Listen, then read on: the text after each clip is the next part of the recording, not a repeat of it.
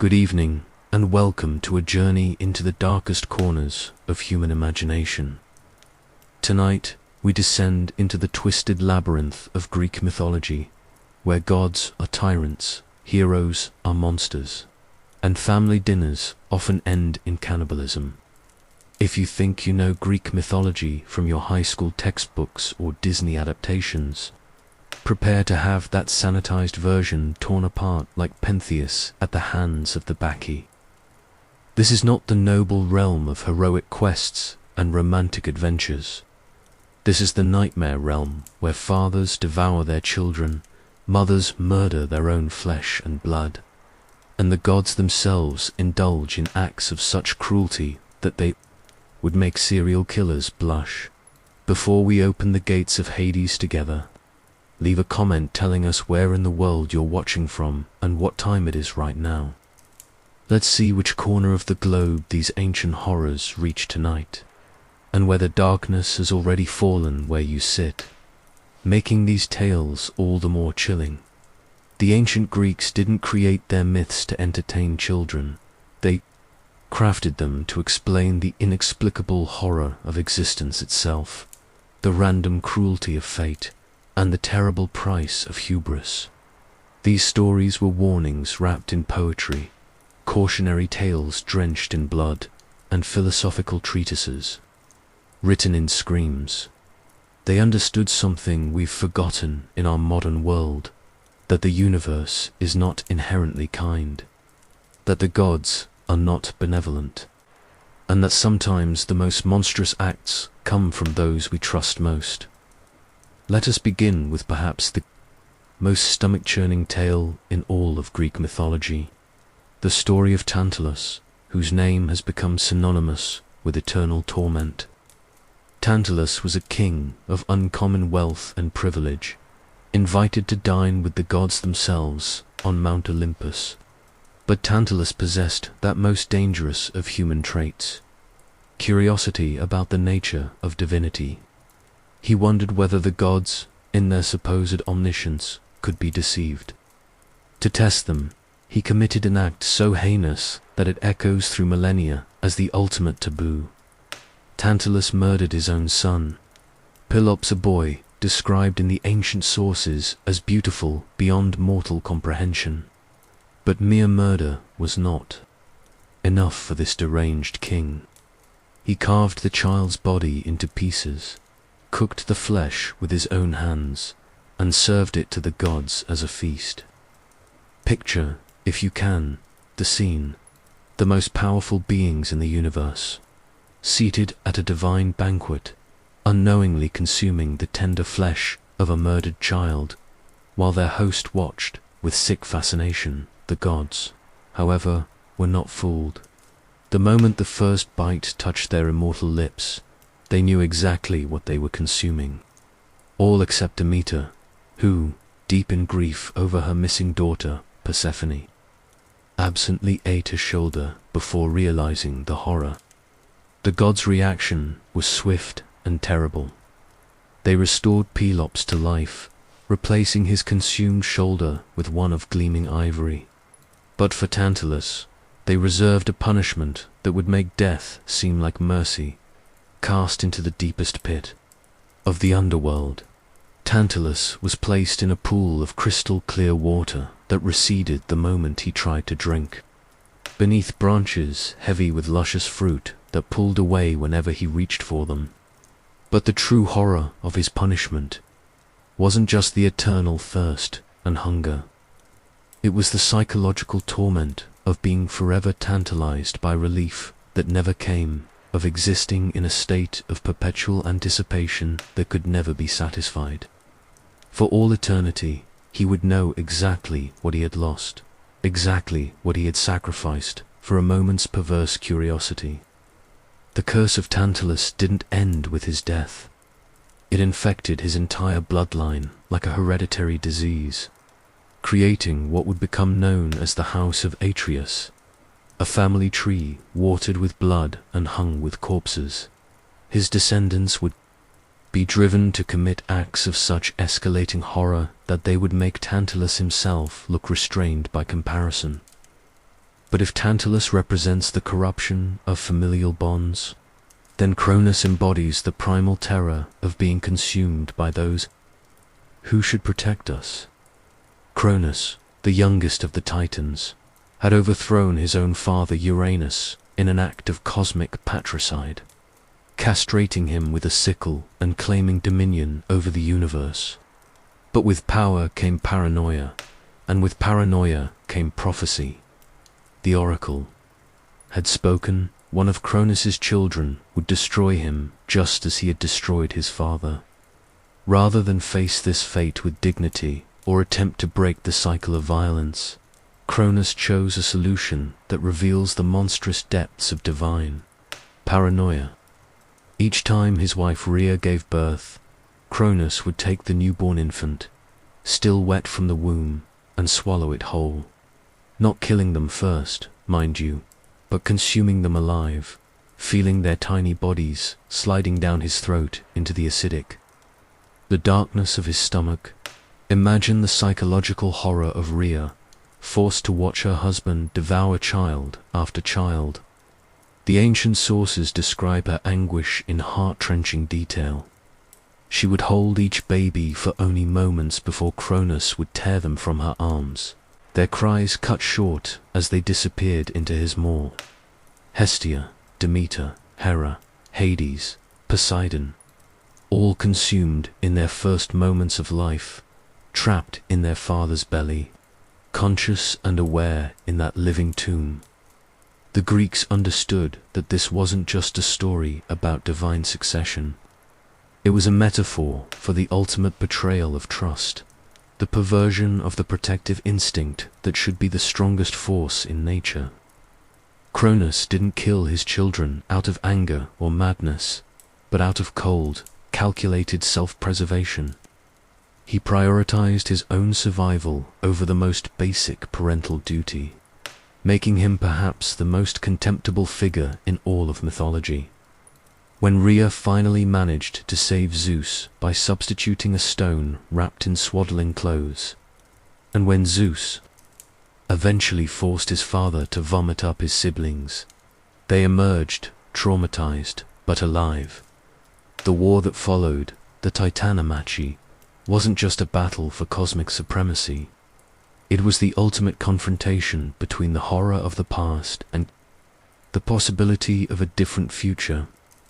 But as we'll see, the gods who emerged victorious carried their own capacity for cruelty that would make their predecessors seem almost benevolent by comparison.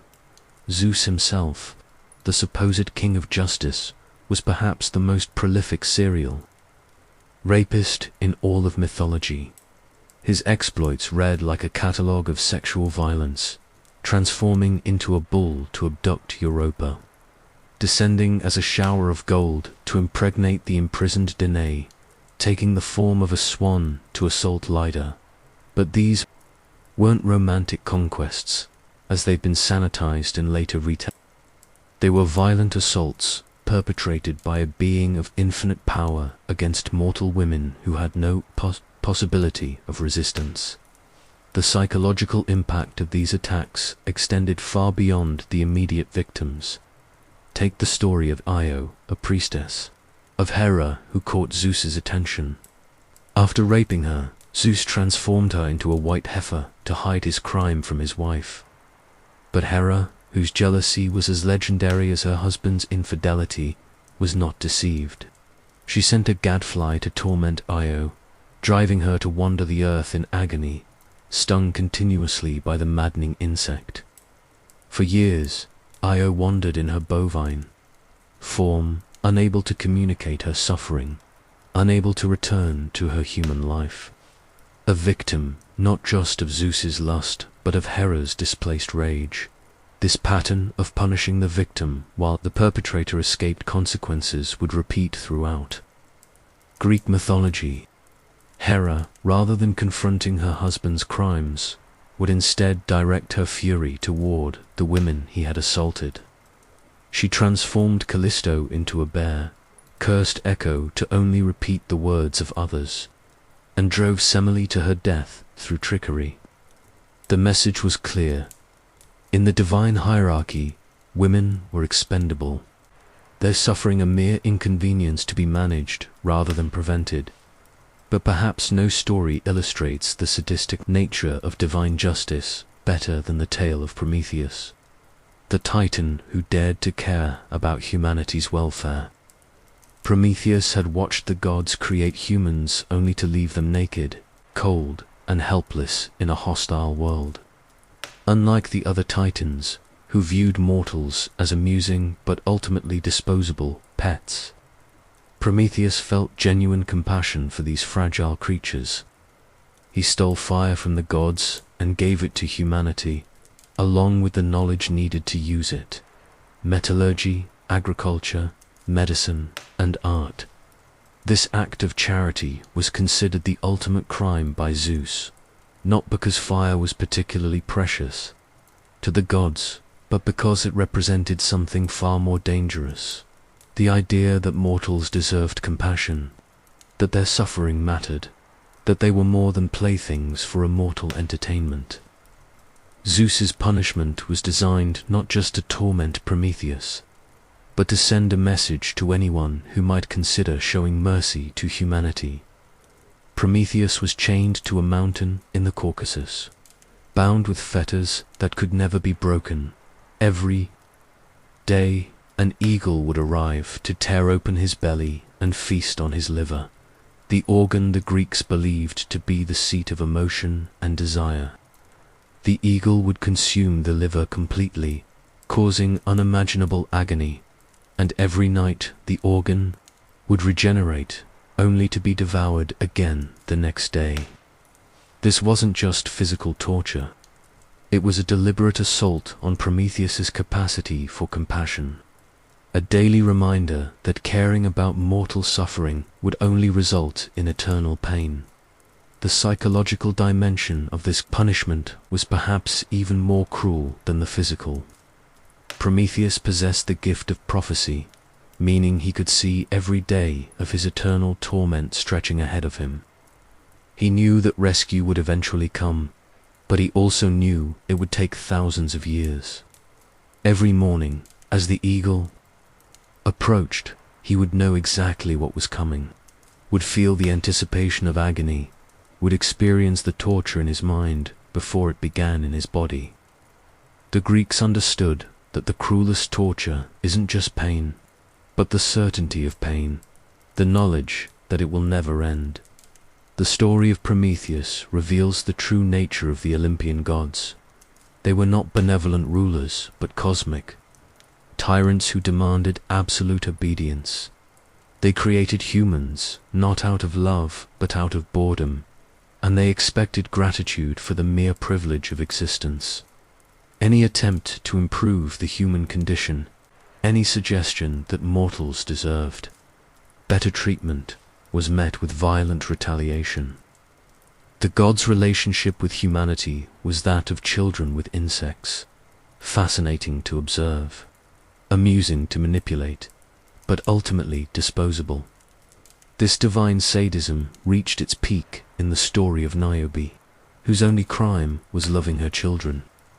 Too much Niobe was the daughter of Tantalus, inheriting his family's cursed legacy of hubris and divine punishment.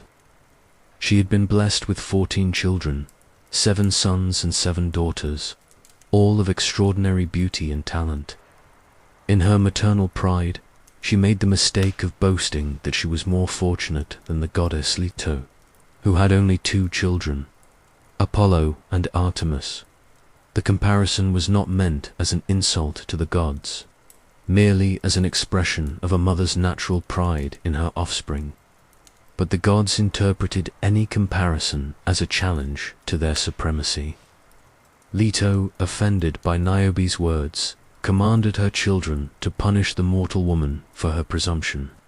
Apollo and Artemis, divine twins whose arrows never missed their mark, descended upon Niobe's household like angels of death. The slaughter that followed was methodical and merciless. Apollo killed all 7 sons, shooting them down as they trained in the gymnasium, their young bodies pierced by divine arrows that left no chance for survival. Artemis took the 7 daughters, hunting them through the palace like animals, their screams echoing through the halls as they fell one by one. The ancient sources describe the scene in horrifying detail. Children running in terror, calling for their mother, only to be cut down by arrows that struck with supernatural precision. Niobe, forced to watch her children's massacre, was paralyzed by grief so profound that it transcended human capacity for suffering. She sat among the corpses of her children, unable to move, unable to speak, unable to even weep. The gods, apparently feeling that her agony was insufficient, transformed her into stone, but left her consciousness intact. As a rock, she was transported to Mount Sipylus, where she weeps eternally for her lost children, her tears forming springs that flow down the mountainside. The punishment of Niobe reveals the gods' understanding of the deepest possible human suffering. They didn't simply kill her. They forced her to watch her children die, then condemned her to remember that horror forever. They understood that, for a mother, living with the memory of her children's deaths would be far more agonizing than her own death could ever be. It was torture refined to its most exquisite cruelty. The house of Atreus, descended from Tantalus, seemed to exist solely to demonstrate how deeply the gods' cruelty could penetrate human bloodlines. Atreus, Tantalus's grandson, found himself locked in a bitter rivalry with his brother Thyestes over the throne of Mycenae. When Thyestes seduced Atreus's wife and stole the golden fleece that symbolized royal power, Atreus devised a revenge that would make his grandfather's crimes seem almost quaint by comparison. Pretending to offer reconciliation, Atreus invited Thyestes to a feast of peace. But like Tantalus before him, Atreus had prepared a meal of human flesh. He had murdered Thyestes' 3 young sons, carved their bodies into pieces, and cooked them into a stew. As Thyestes ate, praising the delicious meal and expressing gratitude for his brother's forgiveness, Atreus watched with the satisfaction of perfect revenge. Only after Thyestes had consumed every bite did Atreus reveal what he had done, presenting his brother with the heads and hands of the murdered children. The horror of this revelation drove Thyestes to madness. He cursed the house of Atreus with words so powerful that they echoed through generations, ensuring that cannibalism, murder, and betrayal would plague the family forever. The curse would claim Atreus' son, Agamemnon, who would sacrifice his daughter, Iphigenia, to appease the gods, only to be murdered by his wife, Clytemnestra, in revenge. It would consume Clytemnestra herself, killed by her son, Orestes, in a cycle of vengeance that seemed to have no end. But perhaps the most psychologically disturbing aspect of the house of Atreus was how the curse forced family members to destroy each other through love. Agamemnon didn't sacrifice Iphigenia out of hatred, but because he loved his army and his cause more than his daughter. Clytemnestra didn't kill her husband out of mere anger, but because her love for her murdered daughter demanded vengeance. Orestes didn't murder his mother out of cruelty, but because divine law required him to avenge his father. The curse worked by corrupting the very bonds that should have held the family together, turning love into a weapon of destruction. The Greeks understood that the most devastating violence often comes not from strangers, but from those closest to us. The family, which should be a source of protection and comfort, could become a trap from which escape was impossible. The gods' cruelty was most perfectly expressed through the destruction of familial bonds, the perversion of natural affection into instruments of torture. This theme reaches its most disturbing expression in the story of Medea, the sorceress who helped Jason steal the golden fleece only to be abandoned by him for a younger, more politically advantageous wife. Medea's story is often told as a tale of feminine rage, but it's actually a meditation on the lengths to which betrayal can drive someone, and the innocent victims who suffer when trust is destroyed. Medea had sacrificed everything for Jason: her homeland, her family, her position as a princess of Chalcis. She had used her magical powers to ensure his success, had killed her own brother to aid their escape, had left behind everything she knew for a man who promised to love her forever. When Jason abandoned her to marry Glos, daughter of King Creon of Corinth, Medea found herself not just heartbroken but completely powerless in a foreign land. The revenge she planned was calculated to cause Jason the maximum possible suffering. She would not simply kill him. She would make him understand the agony of loss, the horror of watching innocence destroyed. First, she sent Glos a beautiful robe and crown as wedding gifts, but the items were poisoned with a substance that would burn the flesh from her bones.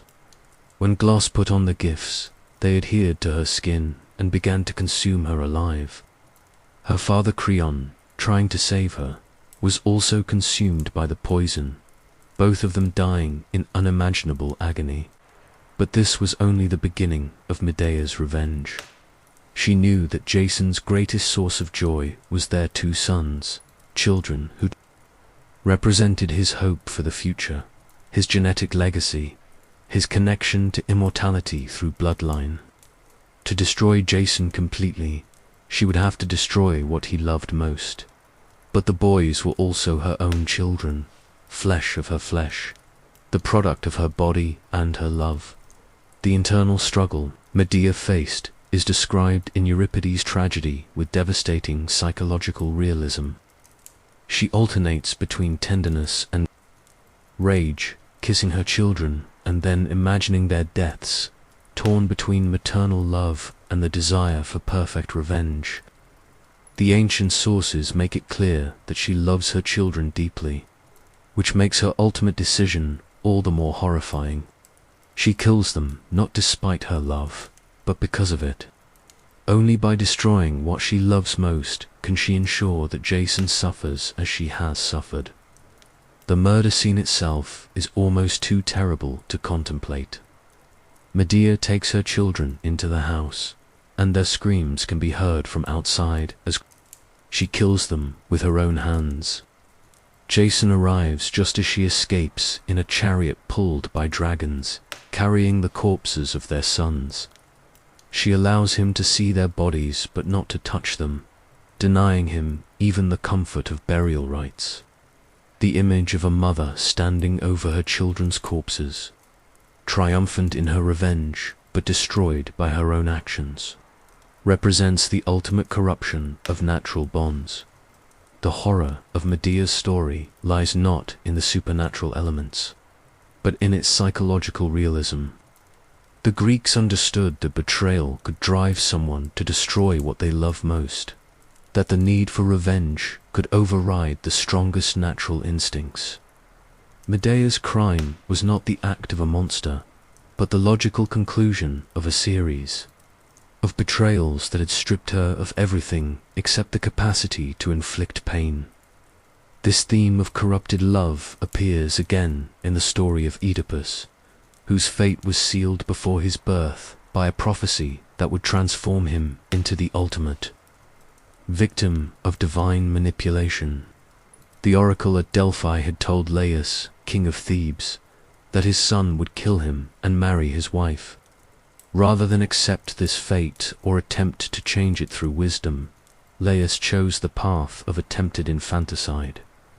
When Oedipus was born, Laius pierced his ankles with a spike and gave him to a shepherd to be left on a mountainside to die.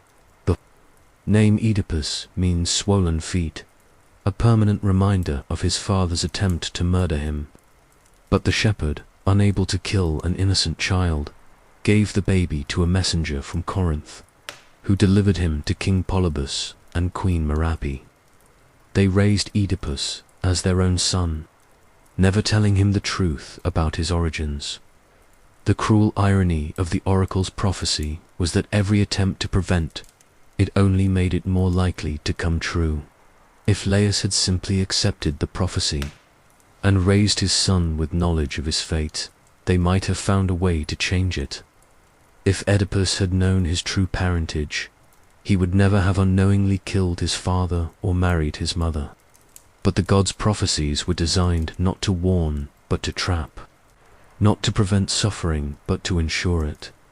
When Oedipus learned from the oracle that he would kill his father and marry his mother, he fled Corinth to protect the people he believed were his parents. On the road to Thebes, he encountered Laius at a crossroads and killed him in a dispute over right of way, never knowing he had just fulfilled the first part of the prophecy.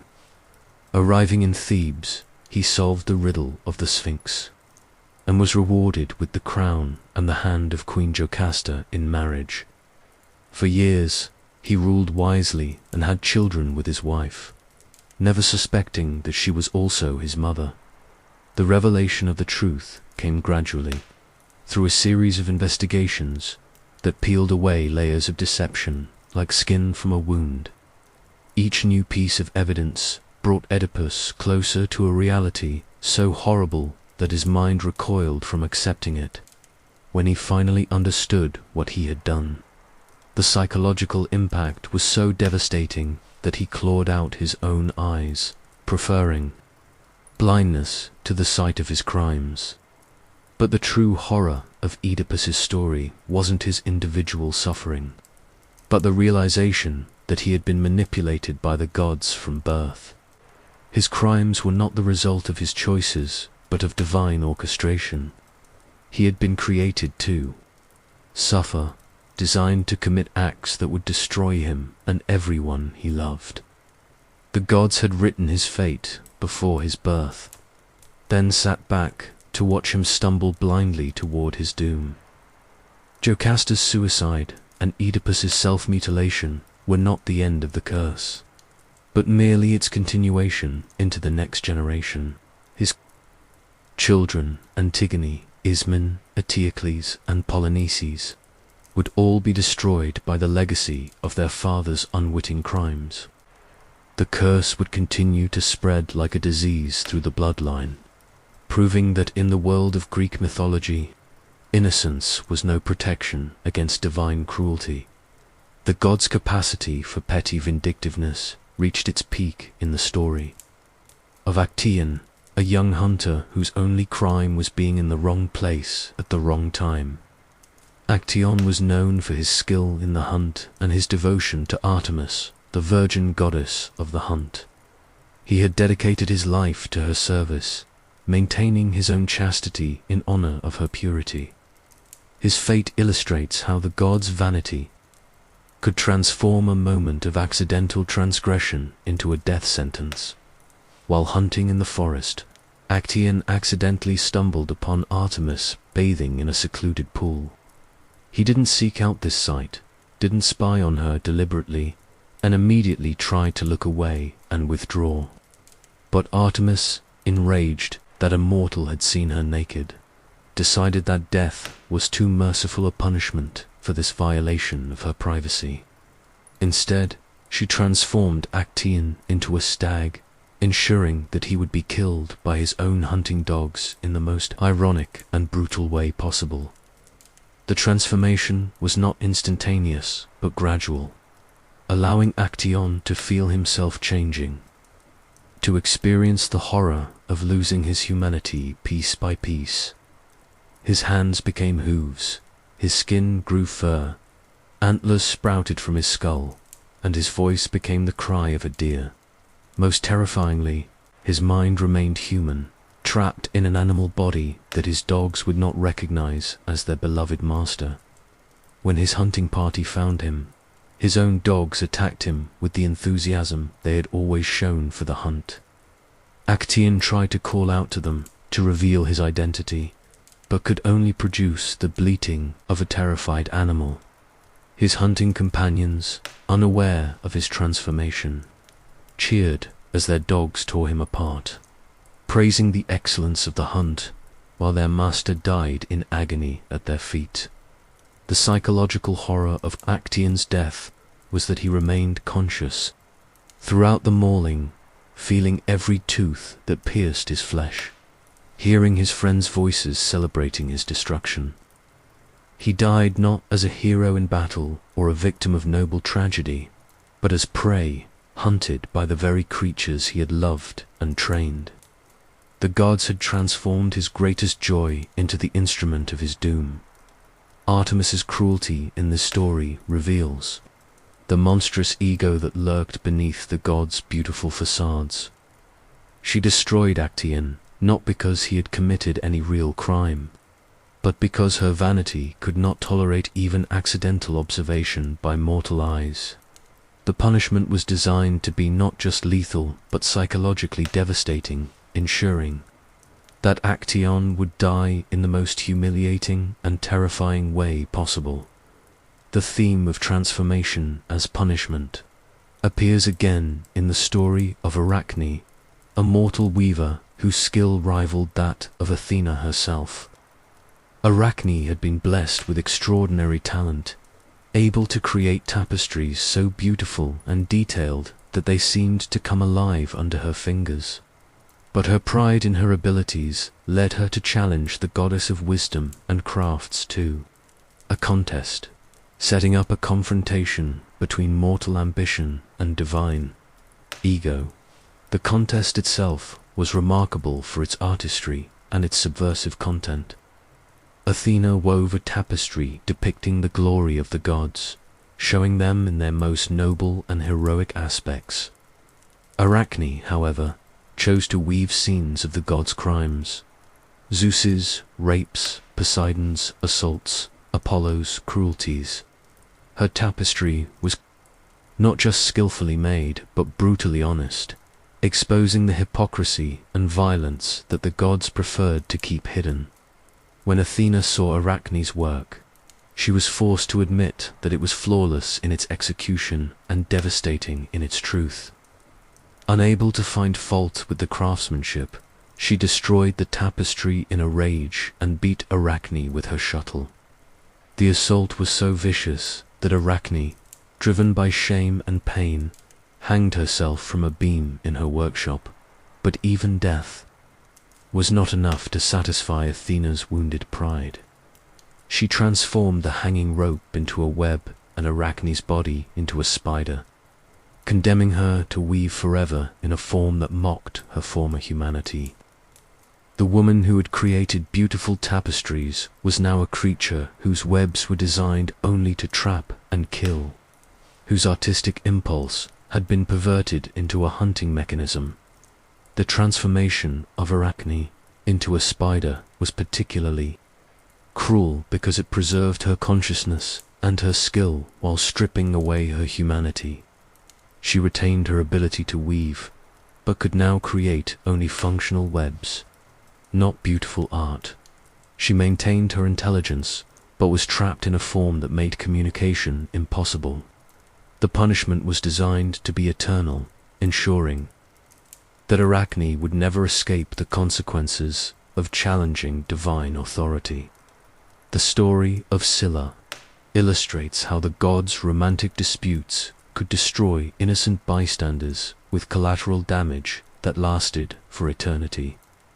Scylla was a beautiful sea nymph who caught the attention of Poseidon, but she rejected his advances, preferring to remain chaste and free. Her refusal enraged Poseidon, who was accustomed to taking what he wanted without regard for consent. But before he could act, she also attracted the notice of Glaucus, a minor sea god who had been transformed from a fisherman into an immortal being. Glaucus fell deeply in love with Scylla and pursued her relentlessly, but she found his fishy transformation repulsive and continued to reject him. Desperate to win her love, Glaucus sought help from the sorceress Circe, asking her to create a love potion that would make Scylla return his affection. But Circe, upon seeing Glaucus, fell in love with him herself and tried to seduce him away from Scylla. When Glaucus remained faithful to his obsession, Circe's love turned to jealous rage. Unable to harm Glaucus directly, Circe decided to destroy the object of his affection. She poisoned the pool where Scylla bathed, transforming the beautiful nymph into a monster of unspeakable horror.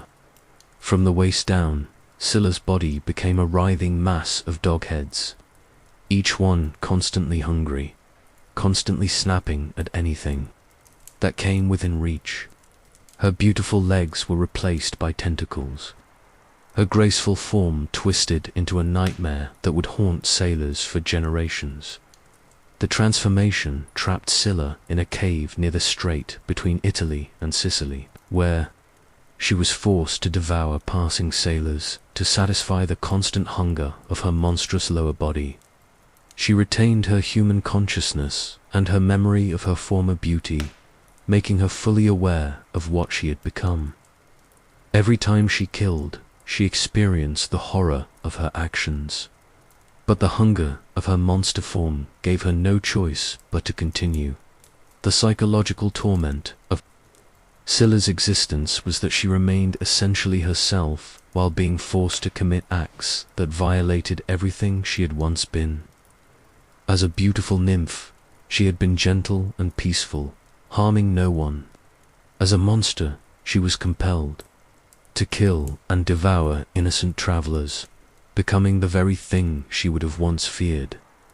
The gods had not just changed her form, they had perverted her nature, making her a victim of her own actions. The story of Daphne represents perhaps the most disturbing aspect of divine love: the complete disregard for the object's consent or agency. Apollo, struck by one of Eros' arrows, became obsessed with the river nymph Daphne, who had been simultaneously struck by one of Eros's lead arrows, causing her to feel revulsion toward romantic love. The mismatch was deliberate, designed by Eros to create maximum suffering. For both parties, Apollo's pursuit of Daphne was relentless and terrifying. He used his divine powers to track her through forests and across rivers, his obsession growing stronger with each rejection. Daphne, horrified by his advances, ran faster and faster, but no mortal could outrun a god. As Apollo closed in on her, she prayed to her father, the river god Peneus, to save her from the rape that seemed inevitable. Peneus answered his daughter's prayer by transforming her into a laurel tree, her feet taking root in the earth, her arms becoming branches, her hair turning to leaves. The transformation saved her from Apollo's assault, but at the cost of her humanity, her mobility, her voice, and her freedom. She became a living tree, conscious but unable to move or speak, forever trapped in wooden form. Apollo, arriving just as the transformation completed, was not deterred by Daphne's metamorphosis. Instead, he declared the laurel tree sacred to him and decreed that its leaves would crown victors in athletic and poetic competitions. He had not saved Daphne from his obsession. He had merely found a new way to possess her. Every time a poet or athlete wore a laurel crown, they were unknowingly participating in Apollo's continued violation of Daphne's autonomy. The horror of Daphne's fate was that her father's rescue had actually made her situation worse. As a nymph, she could run, could resist, could maintain some agency in her struggle against Apollo. As a tree, she was completely helpless, unable to protest or escape, forever subject to Apollo's proclaimed ownership. The god's love had been revealed as nothing more than a desire to possess and control, regardless of the object's suffering.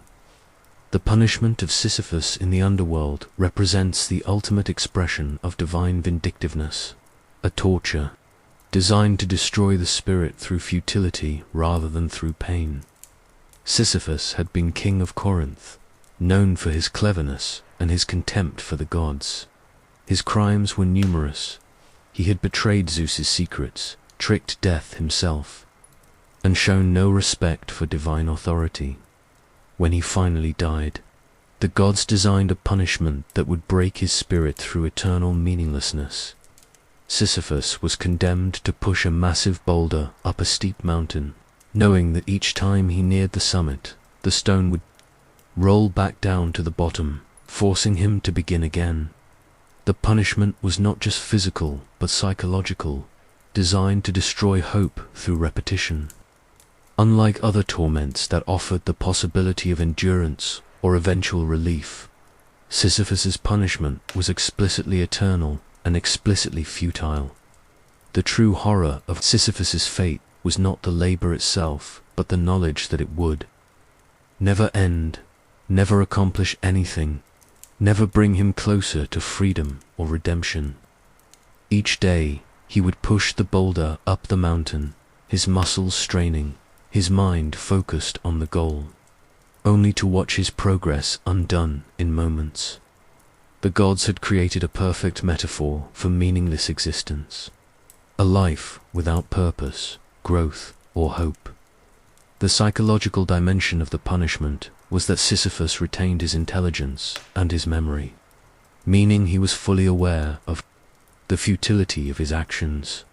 He could not lose himself in the labor or forget his situation. He was condemned to conscious awareness of his meaningless existence for all eternity. The gods had found a way to torture not just his body, but his mind, ensuring that every moment of his existence would be contaminated with despair. Ixion's punishment in the underworld was designed to address his specific crime, the attempted rape of Hera, queen of the gods.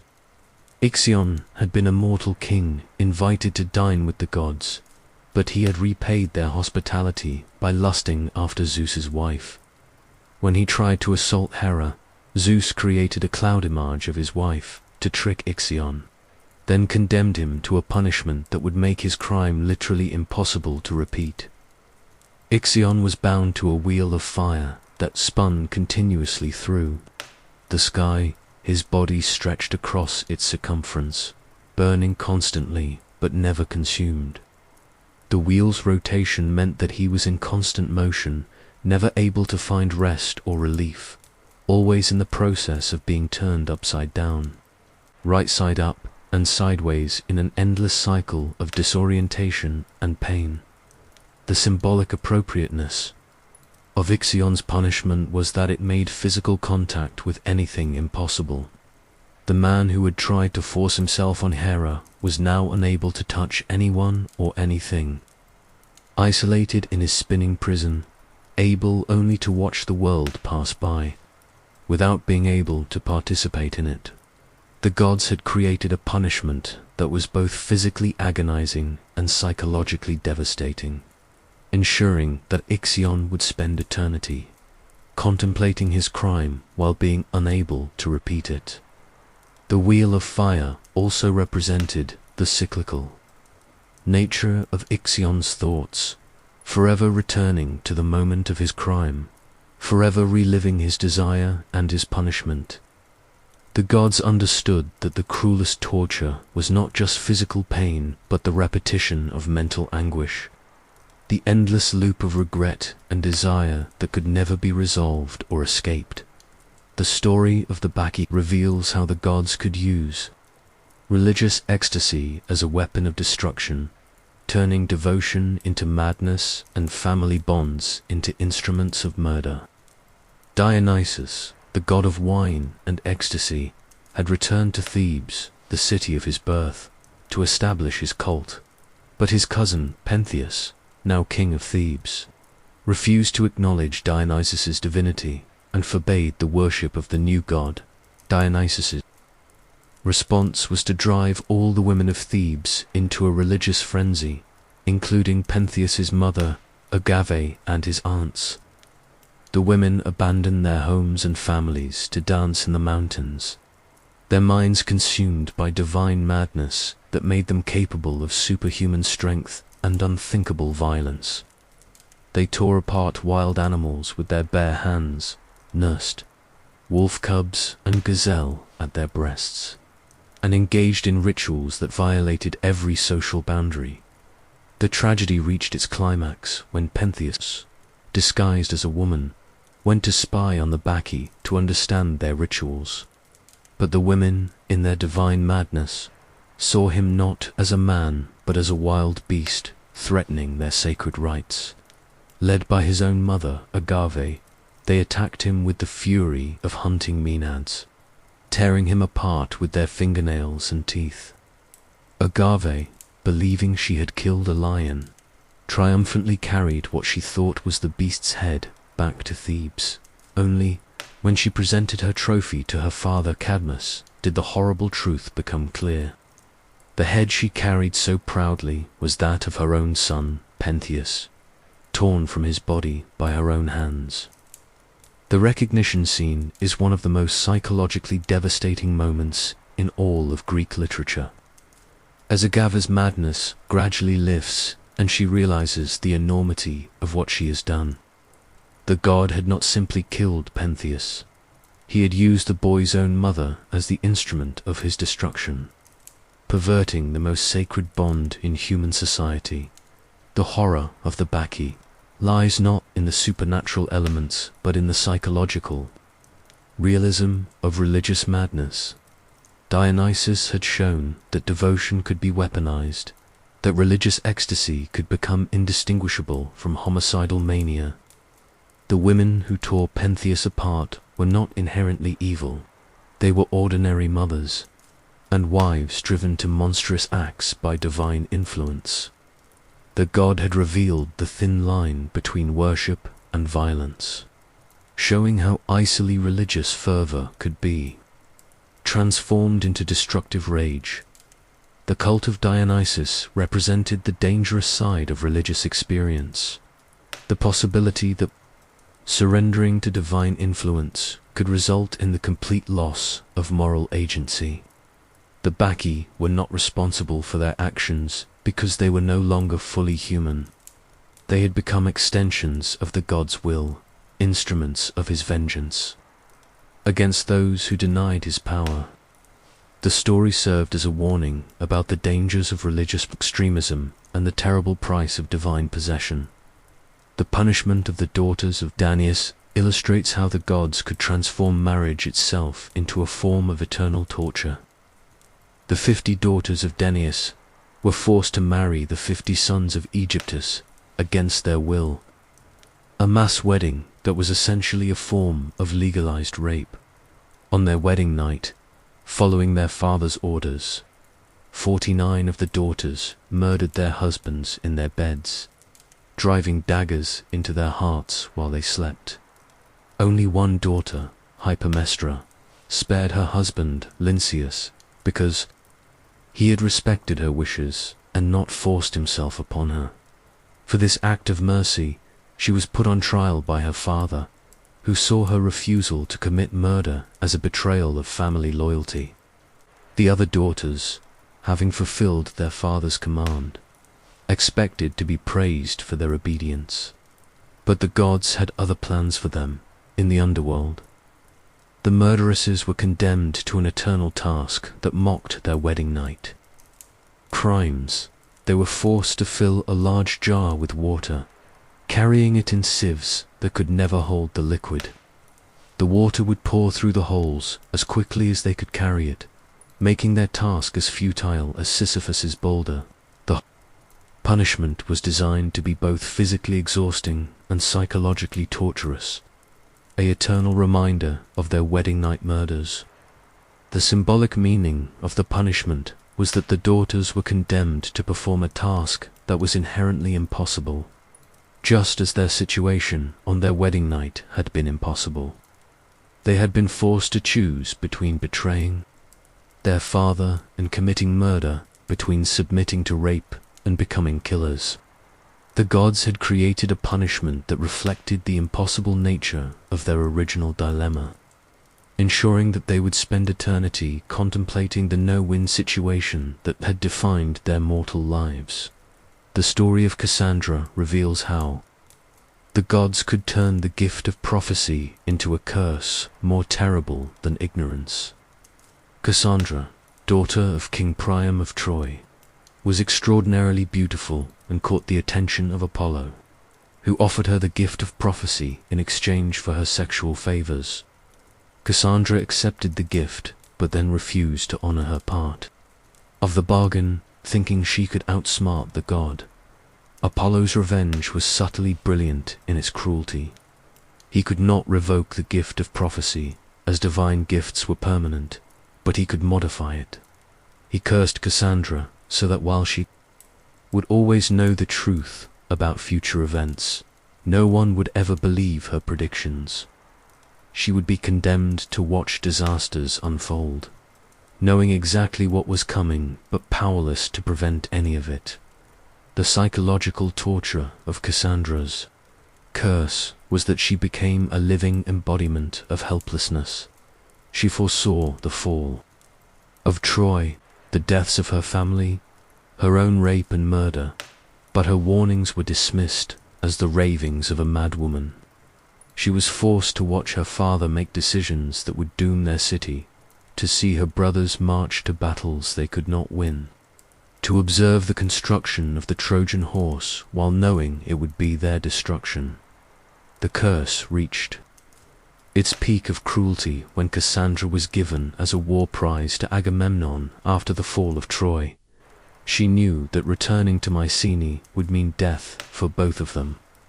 Murdered by Clytemnestra in revenge for Iphigenia's sacrifice, she tried to warn Agamemnon, but he dismissed her prophecies as the hysteria of a conquered woman. She walked into the palace knowing she was walking to her death, but unable to prevent it because no one would listen to her warnings. The story of Cassandra illustrates the gods' understanding of the most exquisite forms of psychological torture. They had created a punishment that was purely mental, requiring no physical constraints or supernatural monitoring. Cassandra's own gift had become her prison, her divine insight transformed into a source of perpetual anguish. She was condemned to live with the knowledge of every tragedy that would befall her loved ones, but stripped of the ability to prevent any of it. The myth of Orpheus and Eurydice demonstrates how the gods could corrupt even the most pure and beautiful love, turning it into a source of eternal suffering. Orpheus, whose music could charm wild beasts and make stones weep, had found perfect love with the nymph Eurydice. Their marriage was a rare example of mutual devotion and happiness in Greek mythology, making their tragedy all the more devastating. When it came, on their wedding day, Eurydice was bitten by a venomous snake and died almost instantly, her life cut short at the moment of her greatest joy. Orpheus's grief was so profound that his music became a lament that moved all who heard it, even the gods themselves.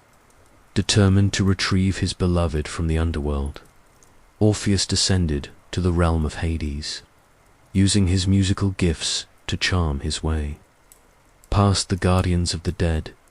His song of loss and love was so beautiful that it softened even the hearts of Hades and Persephone, who agreed to release Eurydice on one condition: Orpheus must lead her back to the world of the living without looking back to ensure she was following.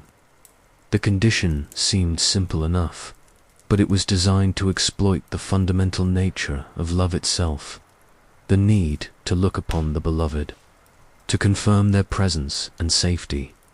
The journey back to the surface was agonizing for Orpheus, who could hear Eurydice's footsteps behind him but could not turn to see her face, could not reassure himself that she was truly there. As they neared the exit to the upper world, his anxiety became unbearable.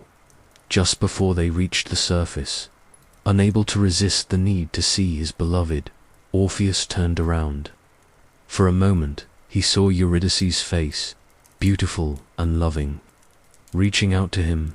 Then she faded away forever, pulled back into the depths of the underworld by forces beyond his control.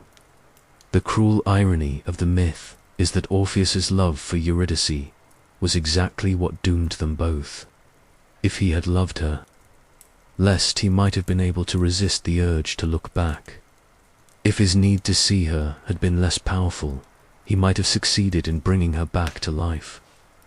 The gods had created a test that was designed to fail, exploiting the very depth of love that made Orpheus's quest so noble in the first place. The aftermath of Orpheus's failure was a study in the destruction of the human spirit. He became a wandering minstrel, singing songs of loss and rejection that moved all who heard them to tears. He rejected all other love, remaining faithful to his lost Eurydice. But his fidelity was seen as an insult by the women who desired him.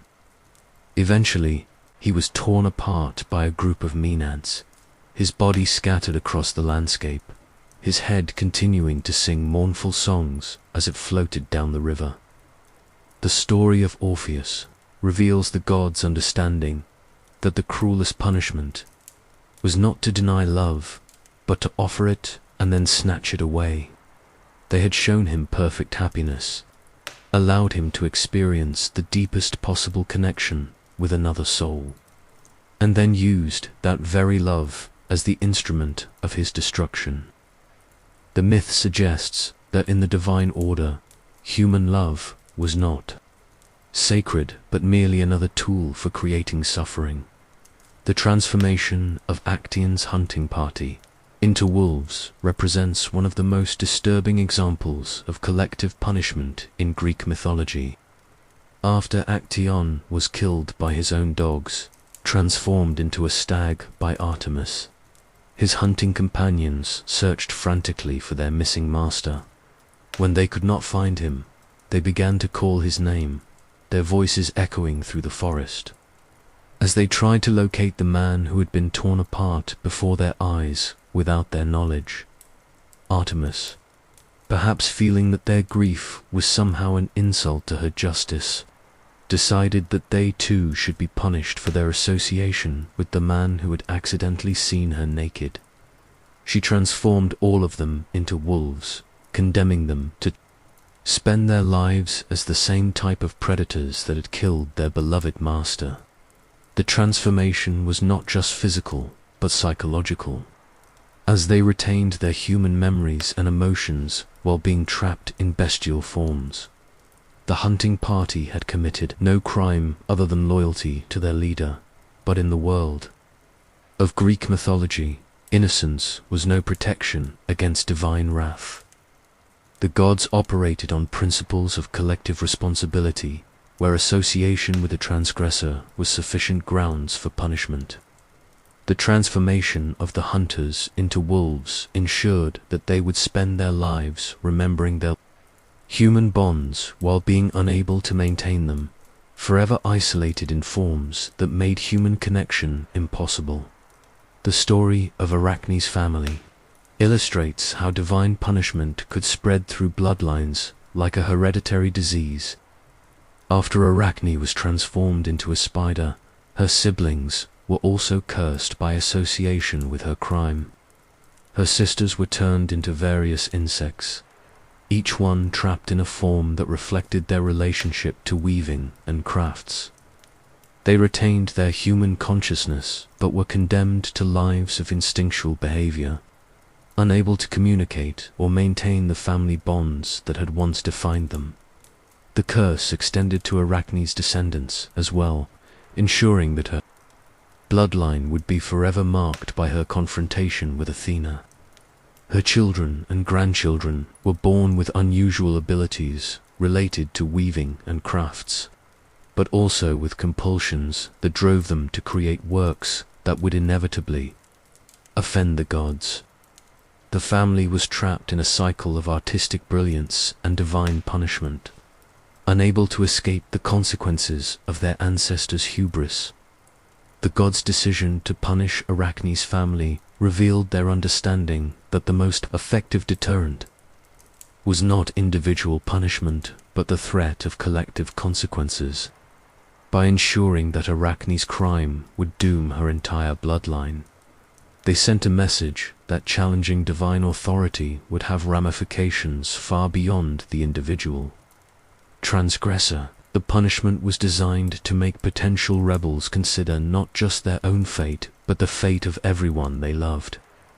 The story of Pandora represents perhaps the most misogynistic aspect of Greek mythology.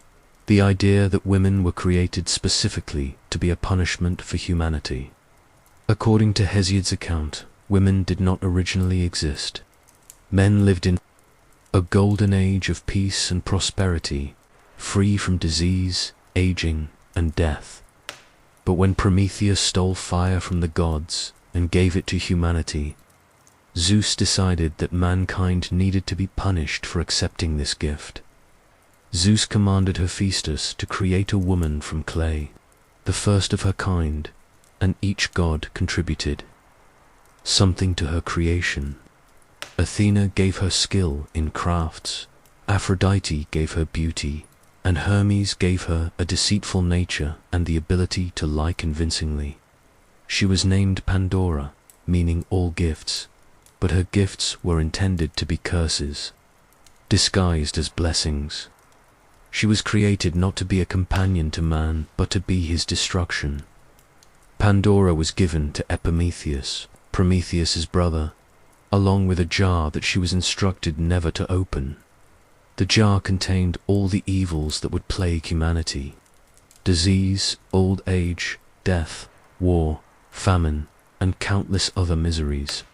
Driven by curiosity, Pandora opened the jar and released these evils into the world, ensuring that humanity would never again know the peace and prosperity of the Golden Age.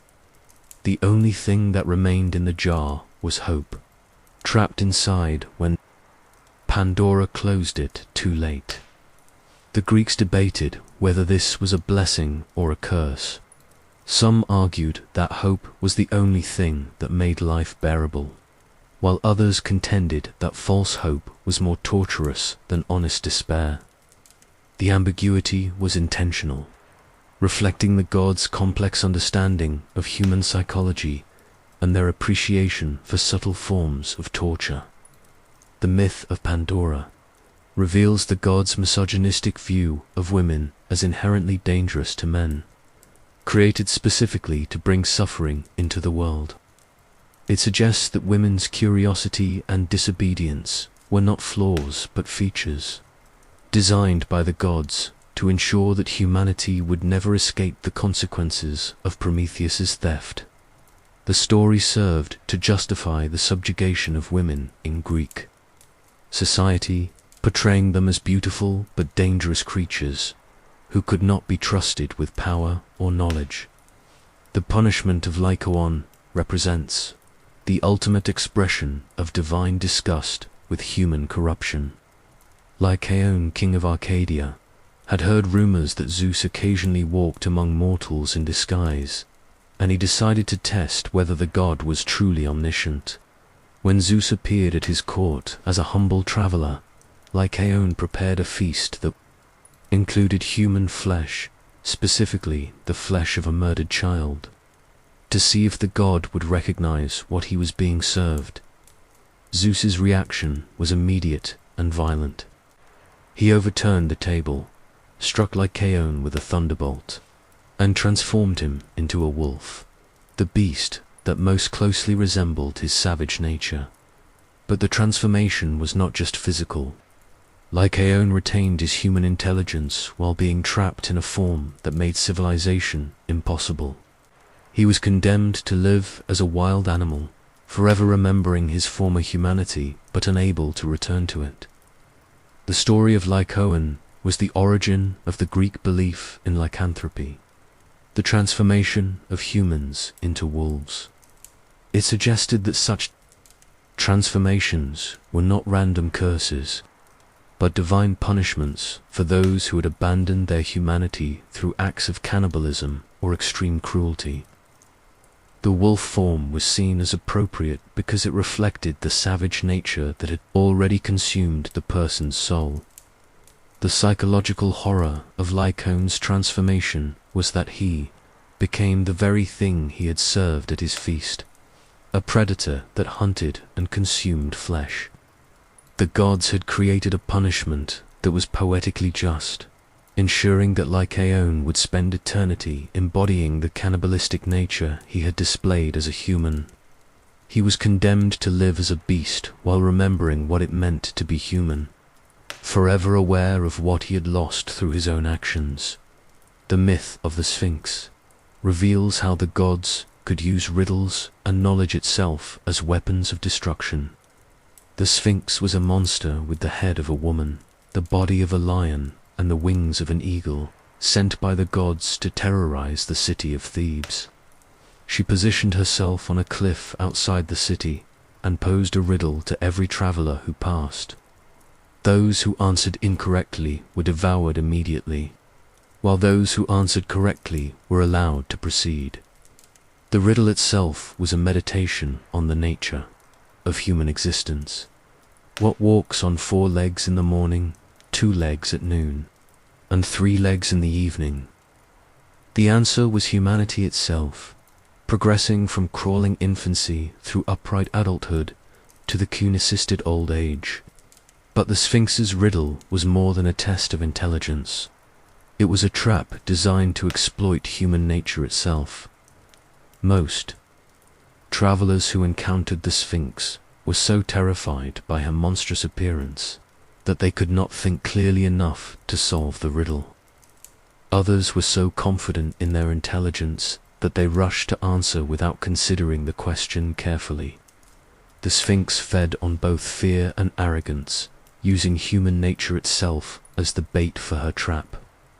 She understood that most people would be destroyed by their own psychological responses rather than by the difficulty of the riddle itself. When Oedipus finally solved the riddle, the Sphinx threw herself from the cliff in despair. But her death was not a victory for humanity. She had been sent by the gods to punish Thebes for its sins, and her defeat only cleared the way for Oedipus to fulfill his own tragic fate. The gods had used the Sphinx as a screening device, ensuring that only someone with the intelligence and confidence to solve her riddle would enter the city and claim the throne. They had orchestrated events so that the very qualities that made Oedipus capable of defeating the monster would also make him capable of committing the crimes that would destroy him. The story of the Harpies represents the gods' ability to transform even the most basic human needs into sources of torment. The Harpies were winged creatures with the faces of women and the bodies of birds, sent to punish King Phineus of Thrace for revealing too much of the gods' plans to mortals. Their punishment was elegantly simple. Every time Phineus tried to eat, they would swoop down and steal his food, leaving behind only the stench of decay. The torture was not just physical, but psychological, as Phineus was forced to watch his meals being contaminated and destroyed just as he was about to consume them. The Harpies would arrive at the moment of greatest anticipation, when the food was prepared and ready, transforming the promise of satisfaction into the reality of revulsion. They understood that the cruelest deprivation was not the absence of food, but the presence of food that could not be consumed. The punishment continued for years, reducing Phineus to a skeleton wrapped in skin, his body consuming itself as he slowly starved. The gods had created a form of torture that was both physically devastating and psychologically precise, exploiting the basic human need for nourishment to create maximum suffering. The Harpies represented the transformation of sustenance into torment, showing how the gods could corrupt even the most fundamental aspects of existence. The story of Bellerophon illustrates how the gods could turn success itself into a source of destruction. Bellerophon was a hero who had accomplished seemingly impossible tasks, including killing the Chimera, a fire-breathing monster with the head of a lion, the body of a goat, and the tail of a serpent. His victories had made him famous throughout the Greek world, but they had also filled him with the dangerous pride that the gods despised above all. Other human traits, drunk on his own success, Bellerophon decided to ride his winged horse, Pegasus, directly to Mount Olympus, believing that his heroic deeds had earned him a place among the gods. This act of hubris was exactly what the gods had been waiting for. The moment when his pride would make him vulnerable to divine punishment, Zeus sent a gadfly to sting Pegasus, causing the horse to buck and throw Bellerophon back to earth. The hero's fall was not just physical but symbolic, representing the gods' view that mortals who achieved too much success would inevitably overreach and destroy themselves. Bellerophon survived the fall but was left crippled and blind. Condemned to wander the earth as a beggar, his former glory transformed into a source of mockery and shame. The gods had shown that they would not tolerate mortals who forgot their place in the cosmic hierarchy. The punishment of Bellerophon was particularly cruel, because it used his own achievements against him. His success in killing the Chimera had given him the confidence to attempt the impossible, but the gods had ensured that this confidence would lead to his downfall. They had created a trap that could only be sprung by someone who had achieved great things, ensuring that the most capable mortals would be the ones most likely to destroy themselves through pride.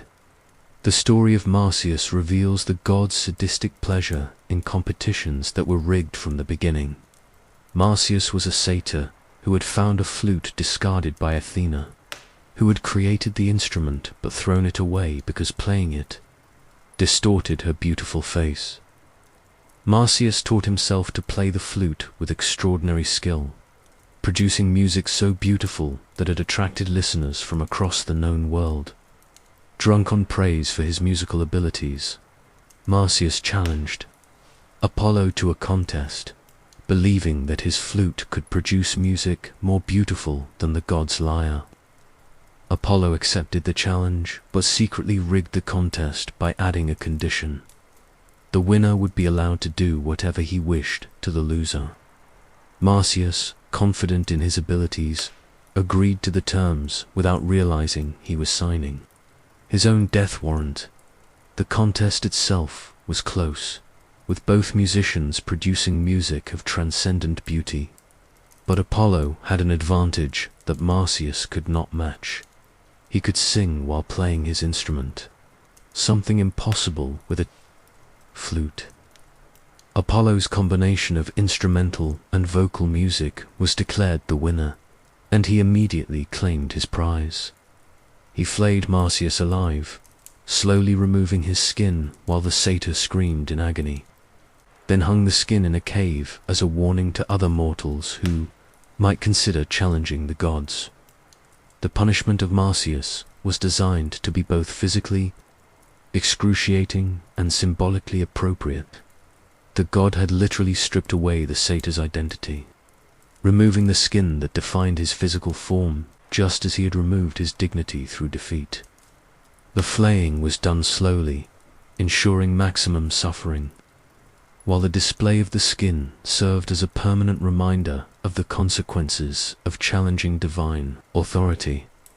The story of Marsyas reveals the gods' understanding that the cruelest competitions were those that appeared fair but were actually rigged in favor of the divine competitor. They would allow mortals to believe they had a chance of winning, encouraging them to invest their pride and dignity in the contest, only to reveal at the last moment that victory had been impossible from the beginning. The psychological dimension of the punishment was often more devastating than the physical torture that followed. As we reach the end of our journey through these twisted tales, one truth becomes undeniably clear. The Greek gods were not benevolent rulers, but cosmic psychopaths, who treated mortal suffering as entertainment. They created humans not out of love, but out of boredom, designing them to be just intelligent enough to understand their own helplessness, just capable enough to hope for better, and just mortal enough to make their destruction meaningful. These myths were not meant to inspire worship, but to instill terror, to remind mortals that the universe was ruled by beings who possessed infinite power and finite empathy. The gods' punishments were not justice, but art, carefully crafted to exploit human psychology and create maximum suffering. They understood that the cruelest torture was not physical pain, but psychological torment, the destruction of hope, the corruption of love, and the perversion of natural bonds. The ancient Greeks who created these stories understood something that we have forgotten in our sanitized modern world, that the universe is not designed for human happiness, that power corrupts absolutely, and that the most monstrous acts are often committed by those who claim to act in the name of justice. These myths were warnings about the nature of absolute power, cautionary tales about the dangers of hubris, and philosophical meditations on the meaning of suffering in an indifferent cosmos. Tonight, as you sleep, remember that these stories were not just entertainment but prophecy, not just mythology but psychology. They reveal the darkest aspects of human nature, the capacity for cruelty that lies dormant in every heart, waiting for the right circumstances to awaken. The gods of Olympus were not aliens but mirrors, reflecting back our own capacity for petty vindictiveness, sexual violence, and sadistic pleasure in others' pain. The most disturbing thing about Greek mythology is not that it depicts such horrors, but that it depicts them so accurately. The gods behave exactly as humans would if given infinite power and freedom from consequences. They reveal what we would become if we could act on our worst impulses without fear of retaliation, if we could indulge our darkest fantasies without moral restraint. Perhaps that is the true horror of these ancient tales, not that they describe monsters, but that they describe us.